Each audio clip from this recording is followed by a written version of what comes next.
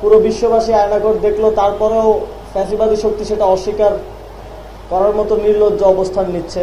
আমিও 4 দিনের জন্য সেখানে ছিলাম, কিন্তু আমি জানতাম না যে আসলে আমি সেখানে ছিলাম কিনা, কারণ সেখানে শুধুমাত্র রুমের ভেতর ছাড়া আর কোথাও আমার চোখ খোলা হয়নি। আপনারা জানেন, জুলাই গণঅভ্যুত্থানে তরুণরাই এই গণঅভ্যুত্থানের চালিকা শক্তি ছিল এবং গণঅভ্যুত্থান পরবর্তী বাংলাদেশ বিনির্মাণে এখন পর্যন্ত সবচেয়ে বেশি অবদান রেখে যাচ্ছে তরুণরা। ফ্যাসিবাদী শক্তির আবার পুনরুত্থানের সকল ধরনের ষড়যন্ত্রকে নস্যাৎ করার জন্য তরুণরা এখনো সচেষ্ট আছে এবং এই তরুণরা সচেষ্ট থাকলেই বাংলাদেশ আর কখনো পথ হারাবে না বলে আমরা বিশ্বাস করি। আপনারা দেখেছেন, গতকাল আমরা সেই আয়নাঘর, যে আয়নাঘর নিয়ে আমরা নানা ধরনের রহস্য, নানা ধরনের কথা শুনতাম, সেটা সর্বশেষ আমরা নিজেরা ভিজিট করে সেখানকার বাস্তবতা দেখার সুযোগ পেয়েছি এবং বিশ্ববাসীকে দেখানোর সুযোগ পেয়েছি।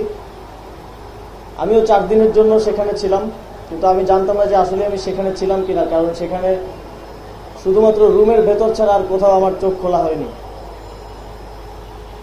আপনারা দেখেছেন, যখন পুরো বিশ্ববাসী আয়নাঘর দেখলো, তারপরেও ফ্যাসিবাদী শক্তি সেটা অস্বীকার করার মতো নির্লজ্জ অবস্থান নিচ্ছে, কিন্তু সেটা করে আসলে কোনো লাভ হবে না, কারণ ইতিমধ্যেই জুলাই গণঅভ্যুত্থানে তাদের গণহত্যা ইন্টারন্যাশনালি ডকুমেন্টেড এবং প্রকাশিত হয়েছে এবং এই আয়নাঘরও ইন্টারন্যাশনালি ডকুমেন্টেড এবং প্রকাশিত হবে। ফলে জাতীয় এবং আন্তর্জাতিকভাবে একটি ফ্যাসিবাদী গণহত্যাকারী শক্তি, যারা গুম খুনের মাধ্যমে ক্ষমতায় টিকেছিল, তারা আজীবন জনগণের শত্রু হিসেবে স্বীকৃতি পাবে। আপনারা দেখেছেন, জুলাই গণঅভ্যুত্থানের পর হাজার সংকট, সমস্যা এবং নানা ধরনের উত্থান পতনের মধ্য দিয়ে বাংলাদেশ গেছে। তবে এই সময়ে